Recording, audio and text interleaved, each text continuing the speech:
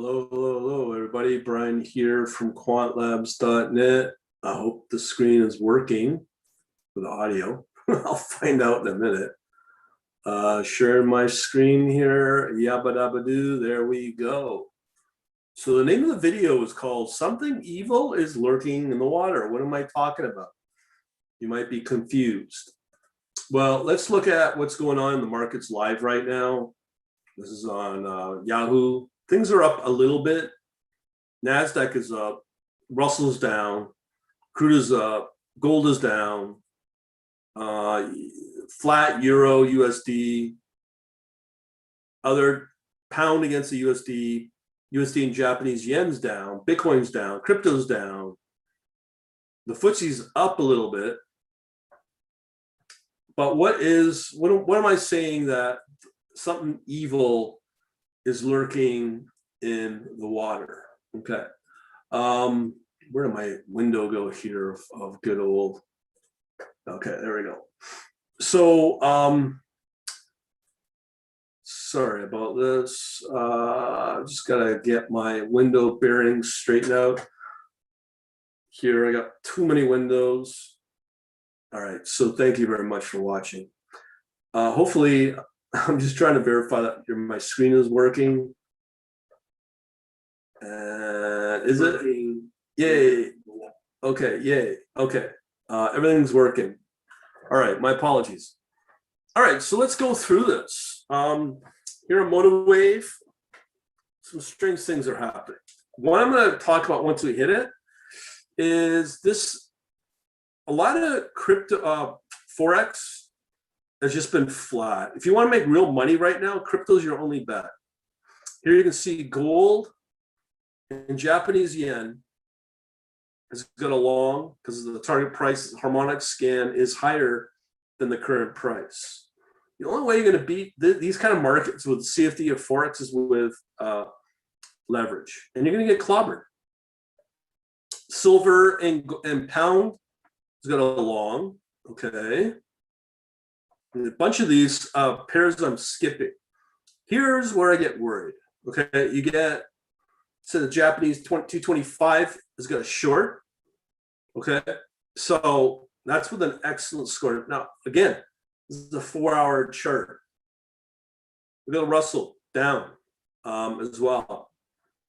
You think, well, India would be the place to be, maybe. I saw this long back here with a performance, but overall, I wouldn't depend upon India a whole lot because compared to China, when we were in 08, China did well. Here's a potential trading opportunity, depends upon price of gold or oil, I'm sorry. USD against the Canadian, that's an oil trade right there. Thanks for the like. Hello, Brian, I'm Paulo from Brazil. How are you doing, Paulo? Hope things are going okay. In Brazil, I'm sorry to hear what's going on. The coronavirus is out of control, I know. I wish I could give you a Brazil outlook here, but Oanda doesn't offer that. So when you start to see things lurk, you've got corn here longing, okay? That's one of the only commodities out there that's actually could be predictable, but don't bet the farm on it. Again, a lot of these Forex pairs are really not worth looking at. The Australia USD has a long, good. Depends upon commodity prices, as we know. This one can be a good trade.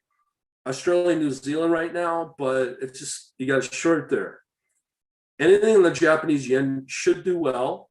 Here's a long, or sorry, short. And then you start to get into the US markets. We have a long. That's for NASDAQ, US 30, a short. And why is that? That's why I don't put a lot of emphasis on these. It's not as convincing. Pound against the New Zealand has got its short. Same with the pound against the Japanese yen. The Japanese yen's got another short. Very strange in what's going on in the market. So if something evil is lurking in the market like this, where you have a 4-hour chart being really flat, we don't know which way things are going to go. Here's what we look for. I'm going to show you a couple of key pointers. If you're on Oanda, get it. If you don't have it, get it. They have something in there that's very useful, just as a metric to watch. Now, I've talked about this before. Your safe havens when all hell breaks loose is going to be USD and Norway. 2 longs there. We also see this one. I don't know why there's a short. Same with 2 shorts in the USD Denmark. But here, I've always wondered, why are we getting Norway? Because it's the cleanest sheet. So the cleanest balance sheet of a lot of countries. Scandinavia generally should be okay, but I think that link to the EU does not help. Here's another one we can look out for is typical gold and Swiss franc, the yen. Okay, here's the key. This is the pivotal point. I've mentioned this before, and this is why you want Oanda. You want to get your hands on this metric right here. This is what Oanda is known for. Is a gold-silver ratio. I've been watching it come up with its score. It's been registering, but this is the pivotal moment. When it's shorting, like where your target price is lower than the current price on harmonic scan, that tells you that things are getting a little leery out there, evil things in the water. But look at what's happened now, is that the target price is now higher than the real price, the real market price. So this usually, and I can show you this, daily chart going all the way back to last year when we had the market tank. Look what happened. That's when the pandemic first hit. That's the first thing you look for as a form of defense to confirm if that is going to be a safe haven. You can see it moved up. So right around here last year, you hit February 19th. That's when things started to take hold with the virus. Okay, look what happened between then and here at the peak, March 16th, when the markets were really getting in bad shape. Oil was negative, blah, blah, blah, blah. And this is what you want to watch. So when you start to watch what's going on here, you got to watch right along through here. Let's say on a 6 hour, 2 hour, it's right. When that starts to move up, then you know you have a problem in the markets. That's your pivot point right there. Gold and silver ratio. Okay, that's why I'm stopping and talking about that. Okay, that one seems to work real nice. And I could say the same thing when it comes to Norway. Okay, I pull up a daily chart. You want, okay, as the gold silver. So this one's really good. You can also probably say the same thing with, we'll just see here, daily. Go back last year, you can see the same thing, not as high, not the width of profit there is not as high as the Norwegian. The same thing here with Denmark. These are your safe havens. That's what you look for. This one's a little more choppy. I'm sorry. Let's see here. We want the daily last year. Okay, same thing, but not as high as Norway, not as high as the gold-silver ratio. Those are the ones you want to watch, okay? So continuing along, gold and silver, another long, gold in Japan. But you would expect the price of gold to move up. I mean, look at how high it's gone from June to July. Shouldn't that price have moved up much higher in that crisis situation last March? You're not seeing it. So the point is that gold is not a really good barometer. It's not as sensitive as it should be. And in my view, it's manipulated. Banks have been charged with that. So we have here silver and Canadian, silver and Swiss franc again. And another key thing to look for when things happen is when silver and whatever currency you want to hold. Let me ask you, have you seen a lot of instruments here listed in US dollar, except this one, Australia USD? There's not a lot of currency in US dollar here. This is how I'm able to tell people, saying, look, US dollar is not what you think it is. The US markets are not what you think it is as well, because you have the US dollar is not being held, not even the euro. Very little, there's virtually no euro as well in the quote currency. Okay, but we do have Norway. Okay, so Norway is a good one to hold, as well as the gold silver ratios as I hinted at. Okay, so really important to know that. Just to say, you're totally correct regarding gold silver ratio and how it was affected during the crisis last February, March. Yes, Boomer in UK, England, that's true. Just look at the charts, they don't lie. And Oanda is good for that. I don't know whether the brokers have the gold silver ratio, but if you want to hold something that does well, that's where you can go. But thanks for the support on that.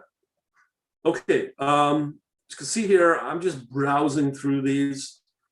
East Europe's not bad. You have Poland, Hungary, Czechoslovakia.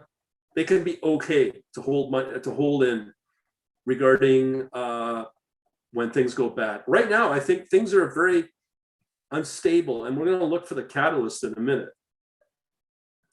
Here is another thing you can exude some confidence from, is the Euro USD. Okay, that's looking pretty good, but you can see here overall it's been fairly flat. It's just for waiting for a catalyst to the shoe to drop to just bring down what can be called the house of cards. I had a lot of hope here with Hong Kong, but it's shortened right there. And we have two, well, actually it's a mix, so I don't really pay attention anymore to Hong Kong. Asia, I really thought was going to be able to pick up this market.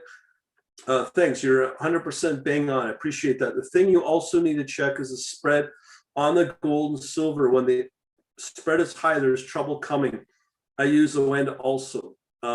Thanks. Yeah, Oanda is very useful for this. I think most brokers, but you got to know what to look for. But that's why I like using Oanda.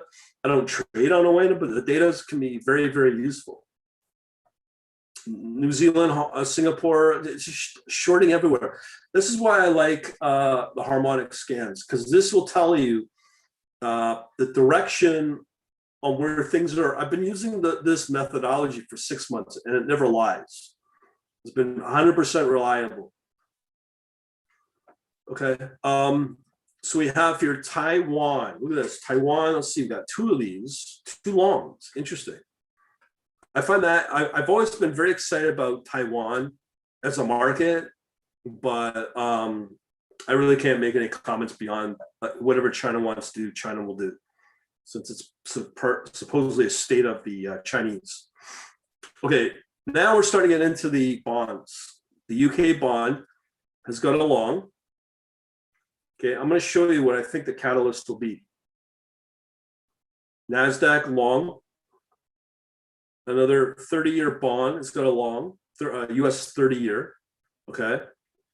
And I got two shorts here probably on the Hungarian. Yes, we do. Poland as well. Here's one with Saudi Arabia. And this is one of the reasons why I like, I do like Oanda for the data, or for the breadth of instruments that they have. You get a really good selection of markets that you wouldn't normally have access to unless you had like a Bloomberg. Here we have access to what's going on with Saudi Arabia. Okay, outside of oil. Doesn't move, there's not a lot of volume, but if something happens, you can see it here. Okay, that's why I like it. US top 30 here, shorting, not looking good there. Now we're getting some more bonds here. 2-year bond. Okay, we have here a short, 5-year a long, a 10-year long. And you probably ask yourself, why is that, based upon what's been happening with the treasury market? The stream reader, what broker do you like to trade on? I don't use brokers. I don't trade what you're seeing here. If you watch my previous video, I trade crypto on Binance, because that's where the real money's at. Now, I just put up a video, maybe a half-hour video, on coins that you could double, triple your return. Absolutely stunning. Here, it is high risk, because for me to make these statements are very speculative. If I talk about the gold silver ratio, I can't sit here and say it's going to happen. I'm just telling you, you got to watch it. Doesn't mean it's going to cross and all of a sudden a crisis will happen. It may not, but it's something to be aware of. And that's why I put this out there. But if you really want to make money, I make it in crypto. Again, here's more Scandinavian USD and Danish, two shorts. Here is where it gets wonky. Once you start seeing the shorts in the USD Japanese yen, something ain't right. Here's two more. Two more. This is a total of 4 with Norway, USD and Norwegian. If you want to preserve capital and actually make money when the collapse happens, and I think it will hit hard, and we'll look at that in a minute, that's a very good place to hide out in, is in Norway. Absolutely. Just showing you the charts on that. USD in Sweden, I think Sweden's not looking good because of the Euro connection, the EC connection. USD in Singapore, same thing. People don't know, but Singapore's highly indebted. Natural gas has a slight long, but it's we're in warm weather now. We don't need this. And the other thing I like about Oanda is the ability to look at what's agriculture is happening in agriculture. I just shown you there was a long in corn. Here we have a short in soybean, a long, a really good looking long in wheat, and another short in corn. So it gives you an idea of what to look for in the agriculture space when things go bad too. But to be honest, agriculture is very unpredictable. Here's an interesting one I never would have thought of. Who would think that here, that the Swiss franc and the Japanese yen are moving up quite a bit too? I never thought of this. This could be another safe haven as well. And how I do that is just go back last year. What happened in February, March? More volume here during this period, but didn't move. So it's not a very good safe haven. British pound against the yen, pound against the rand. It's all over the map right now. Rand against the Japanese yen. Here's one I've been watching. I was really excited to see this happen. Here's your daily chart. Nice run up early February for copper, early input-based metal, all the way up to here, February 24th, and it's gone flat. So the performance we were looking for is no longer there. And that would have been a China play and also an oil play. You can tie this back to oil as well. But we'll look at that oil in a minute. And this is the last one with a very good score is platinum. Right, so now I'm going to look at, let's see, oil. Well, let me show you first China. China's been tanking again, mid-February. This is all related around the virus and the news of the virus and these vaccine things. Another one was, as I said, was the crude price. Been very choppy lately. Okay, so that's not dependable. This could be a point a drop back down. But let's look at the bonds. So we have a 5-year. Now remember, this is a daily chart. So we have our decline that started January 5th is dropped. That's a 5-year. 10-year has been dropping since October. That has an effect on the US dollar. Here's a 2-year. This one's been holding pretty good. And the other one that's been really dropping is the 30-year. US 30. Here's the 30-year. And that's been dropping since August. Okay, since August, that's when they started the repo operations overnight, right in around that time period. Look what's happened since. The stimulus, the more they stimulate, the more they pile on debt-wise with the US, it's ineffective. They just did a $2 million package. Has not really done a whole lot long-term to the markets. They're up a little bit, but you can see they keep dropping. We're at a point now where we're accelerating down with the US Treasury. And the real way to confirm that is they're going to be doing US bond auctions this week. See if there's any buyers. If there's no buyers, then you know for sure that this is going to start to accelerate the debt. as well as the gold silver ratio. Okay, so there's no other comments here. As I said earlier, if you want to know more what I do, all I can really tell you is go over to my